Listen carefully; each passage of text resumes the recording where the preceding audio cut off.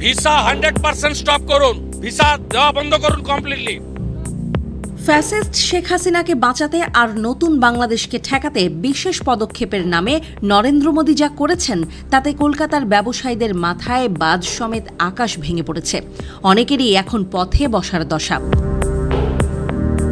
কলকাতার free school street, Marquis street আর new market চত্বর একসময় যেভাবে ভরে থাকত ওপার বাংলা, বাংলাদেশ থেকে আসা পর্যটক, রোগী, ব্যবসায়ী আর ছাত্রদের ভিড়ে এখন তার কিছুই নেই।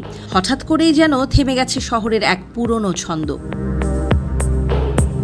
গত বছরের অগাস্টে বাংলাদেশের রাজনৈতিক পালাবদলের পরপরই শুরু হয় নানা নিষেধাজ্ঞা ও কড়াকড়ি। সীমিত হয় মেডিকেল ভিসা, বন্ধ সাধারণ ভিসাও। সীমান্ত পার হয়ে কলকাতায় চিকিৎসা নিতে আসা অসংখ্য বাংলাদেশি রোগীর জন্য বন্ধ হয়ে যায় হাসপাতালের দরজা। একই সঙ্গে হোটেল, রেস্তোরাঁর অনেকগুলো সংস্থা ঘোষণা করে বাংলাদেশি নাগরিকদের আর সেবা দেয়া হবে না। এর এক বছরের মাথায় কলকাতার মিনি বাংলাদেশ এখন রীতিমতো ধ্বংসস্তূপের কাছাকাছি। ব্যবসা নেই, মানুষ নেই, কোলাহল নেই। এই এলাকার ব্যবসায়ী ও সংগঠনের হিসাব বলছে, শুধু গত এক বছরেই ক্ষতির পরিমাণ দাঁড়িয়েছে প্রায় 1000 কোটি রুপি।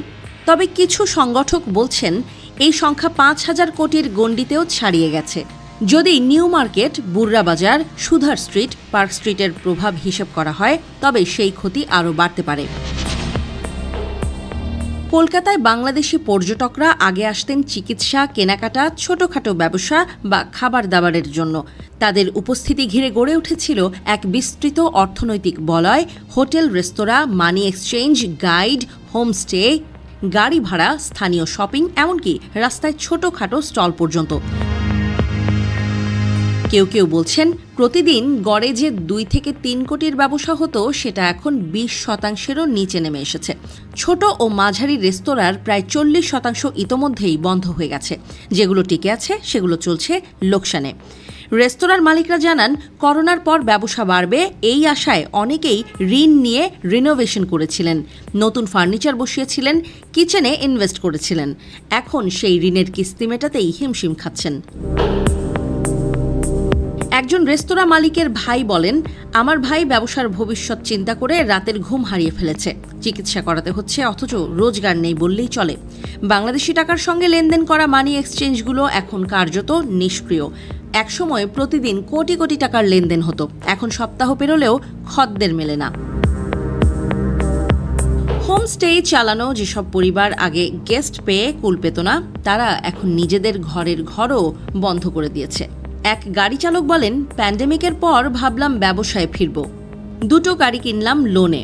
এখন মাসে 5 থেকে 6টা বুকিং পাই, তাও লোকাল আর দামাদামি করে। কিস্তির টাকাই উঠছে না। কলকাতার এই অংশটা শুধুই ব্যবসার কেন্দ্র ছিল না, ছিল এক ধরনের সাংস্কৃতিক সংযোগের জায়গা। বাংলাদেশি পর্যটকেরা এখানে এসে নিজেদের ভাষায় কথা বলতেন, পরিচিত খাবার খেতেন, সিনেমা দেখতেন, বই কিনতেন।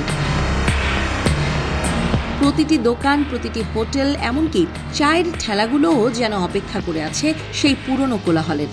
কেউ কেউ দোকান খুলে বসেন শুধুই অভ্যেসে, আশায় থাকেন হয়তো কোনো একদিন আবার ফিরবে সেই মিনি বাংলাদেশের প্রাণ।